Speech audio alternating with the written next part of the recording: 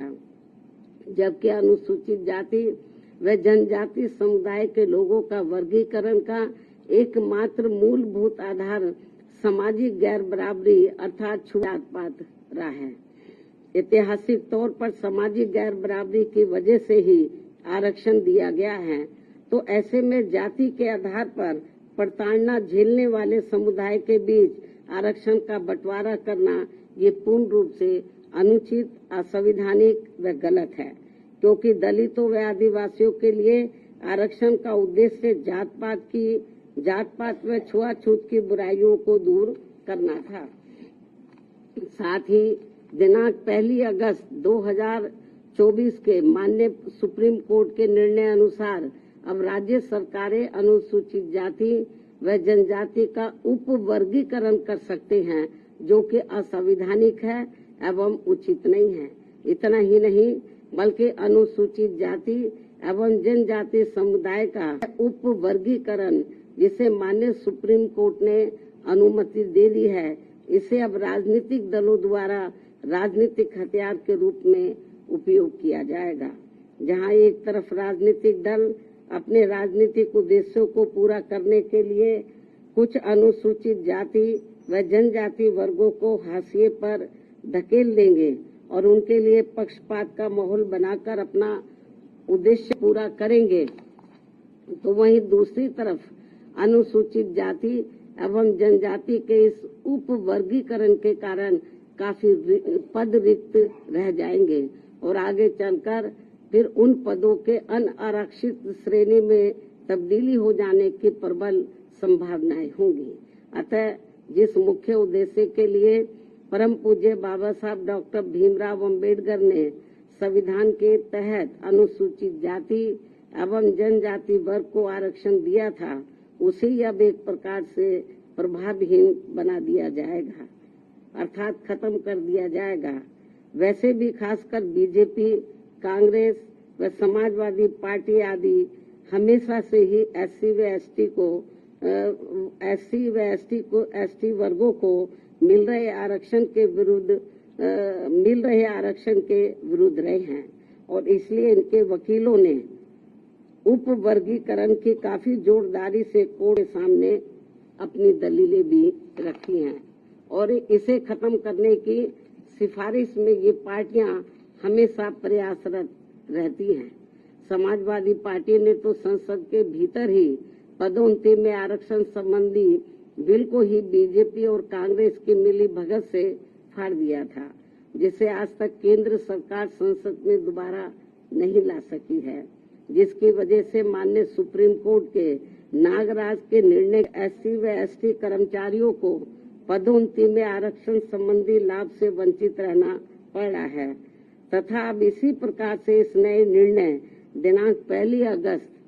2024 के तहत अंत में हमेशा के लिए ही इन वर्गों को आरक्षण से वंचित रहेगा और इससे फिर बीजेपी, कांग्रेस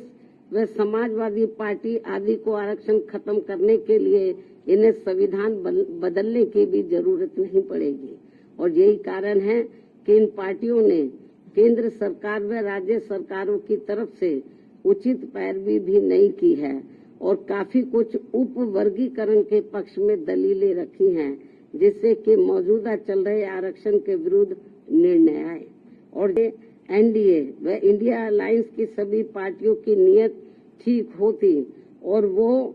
एससी व एसटी को मिल रहे आरक्षण में छेड़छाड़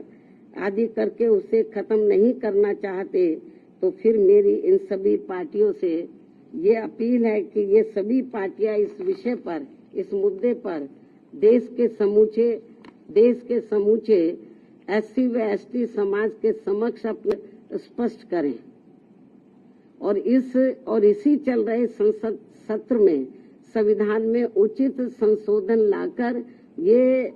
स्पष्ट करें कि अनुच्छेद 341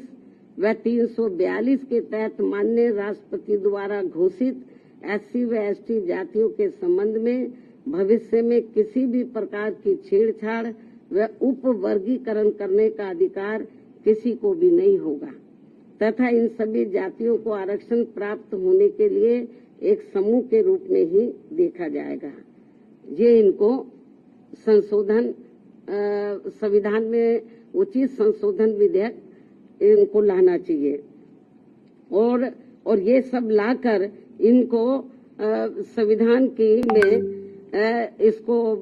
शामिल करना चाहिए, ताकि फिर भविष्य में कभी भी जो SC/ST का आरक्षण है उसके साथ किसी भी प्रकार का कोई छेड़छाड़ आदि ना हो सके। हालांकि ये नौबत नहीं आती यदि इसको बहुत पहले ही संसद द्वारा संविधान की 9वीं सूची में डाल दिया जाता। हमारी पार्टी ने लोकसभा के अंदर भी और राज्यसभा में भी इस मामले को अनेकों बार उठाया है, लेकिन इसको टाल दिया गया, क्योंकि जब बीजेपी पावर में रहती है वो भी इसको टाल मटोल करती है। इस मामले को कांग्रेस पावर में रहती है तो वो भी इस मामले को टालमोल कर देती है। इससे स्पष्ट है कि चाहे कांग्रेस हो, बीजेपी हो या अन्य पार्टियां हो, उनकी वीकर सेक्शन के मामले में, खासकर दलितों व आदिवासियों के मामले में अभी इनकी जातिवादी सोच बदली नहीं है। मुझे नहीं लगता है कि ऐसा कुछ ये पार्टियां कर पाएंगी। इसके साथ साथ मेरी इस देश के सभी अनुसूचित जाति व अनुसूचित जनजाति वर्गों के लोगों से ये खास अपील भी है कि इस समय इस निर्णय से उत्पन्न स्थिति को अपने व अपने बच्चों के भविष्य तथा अपने संवैधानिक अधिकारों को नुकसान होने से बचाने के उद्देश्य से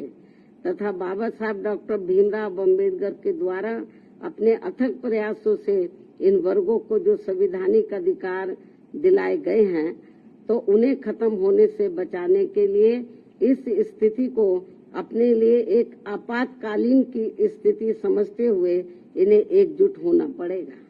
तथा मात्र अपने अपने राजनीतिक स्वार्थ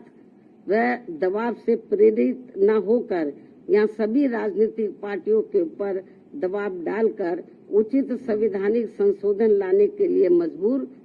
करना पड़ेगा। इस खास अपील के साथ ही अब मैं माननीय सुप्रीम कोर्ट से भी ये पुरजोर अपील करती हूँ कि वह देश में SC व ST वर्गों के हितों में अपने 1 अगस्त सन 2024 के दिए गए फैसले पर खुद ही पुनर्विचार करके इसमें मेरी इन सब बातों को खास ध्यान में रखते हुए जरूरी बदलाव लाए, तब्दीली लाए, वरना इन वर्गों में से आरक्षण के पात्र लोगों को बड़ा भारी नुकसान हो जाएगा। इस खास अपील के साथ ही अब मैं अपनी बात यही समाप्त करती हूँ। धन्यवाद। जय भीम व जय भारत।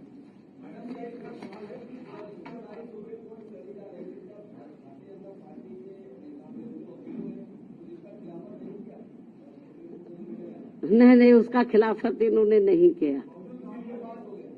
वो पूरा उन्होंने तो बल्कि इस मामले में वो ऐसी दलीलें रखते रहे कि जिससे माननीय सुप्रीम कोर्ट को ये फैसला देने में उनको और मदद मिल गई। चाहे तो कांग्रेस की ओर से वकील खड़े हो या सरकार की ओर से खड़े हुए हो, इन्होंने एक प्रकार से माननीय सुप्रीम कोर्ट की मदद ही की है इस मामले में। तो इससे जाहिर हो जाता है कि इनकी इंटेंशन सही नहीं है और ये लोग SC और ST को जो रिजर्वेशन मिल रहा है इसको सीधा खुद ना खत्म करके माननीय कोर्ट के जरिए, जुडिशरी के जरिए ये इसको खत्म करना चाहते और इसमें ये लोग काफी हद तक कामयाब भी हो गए हैं और हमारी पार्टी इसको लेकर बड़ी चिंतित है।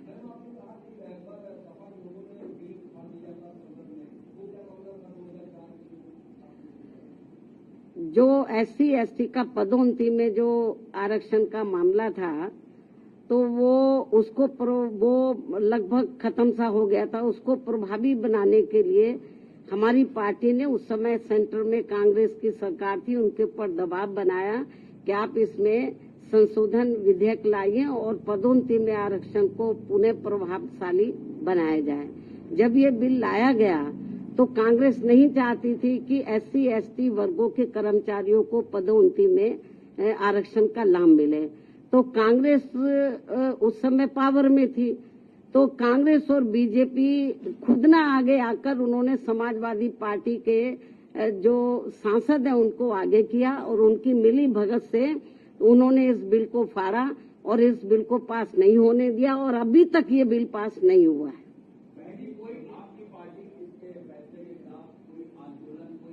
नहीं, अभी आंदोलन मैं आपको जो बताया ना कि हम लोग तो बीजेपी कांग्रेस को ही कोस सकते हैं, क्योंकि इनको इनके वकीलों को सही पैरवी करनी चाहिए थी, सरकार को सही पैरवी करनी चाहिए थी। हमने माननीय सुप्रीम कोर्ट से मीडिया के माध्यम से हमने उनसे अपील की है आज कि वो अपने इस फैसले पर पुनर्विचार करें, इस फैसले को बदले, वरना इस देश में जो करोड़ों दलित और आदिवासी समाज के लोग हैं, तो जिनको अपने पैरों पर खड़े करने के लिए परम पूज्य बाबा साहब डॉक्टर अम्बेडकर ने जो इनको आरक्षण की सुविधा दी थी, यदि ये खत्म हो गई तो बड़ा मुश्किल हो जाएगा। और जो लोग ये कहते हैं कि एससी में या एसटी में जो जातियां मजबूत हर मामले में आर्थिक तौर पर मजबूत हो गई हैं, तो उसमें से मैं समझती हूँ मुश्किल से 10 या 11% लोग ही मजबूत हो गए होंगे, बाकी 90% लोगों की हालत तो बहुत ज्यादा खराब है। लेकिन माननीय सुप्रीम कोर्ट के इस फैसले से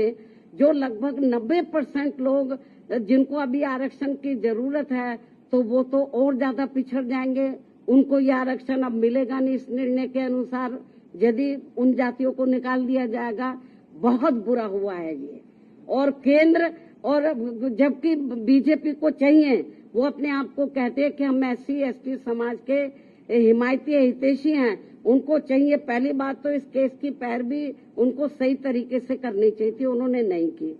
कांग्रेस ने बेबी ढुलमुल रवैया अपनाया। ऐसी स्थिति में मेरा बीजेपी की जो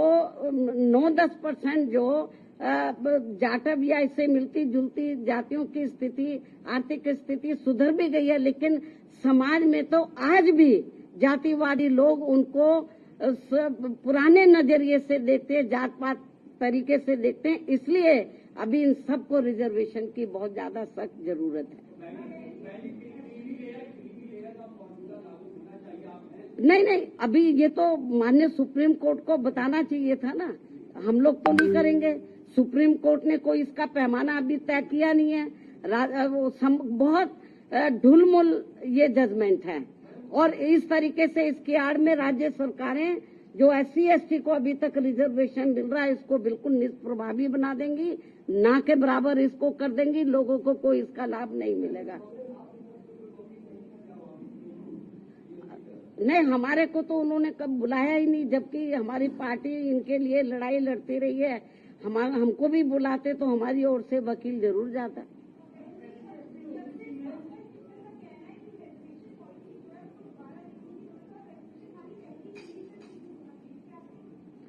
भाई मैं आपको बताया कि ठीक है, आप आर्थिक नहीं, जो एससी एसटी के लोग हैं इनको जो रिजर्वेशन मिला है, जो शैक्षणिक सामाजिक और आर्थिक गैर बराबर हैं, इस आधार पर मिला। तो सामाजिक जो दृष्टिकोण है इन वर्गों के मामले में वो अभी लोगों का बदला नहीं है, इसलिए इनको अभी रिजर्वेशन मिलना बहुत जरूरी है। ठीक है भाई, आप लोग तो बार बार एक ही चीज को जिसका जवाब मैं दे चुकी हूँ।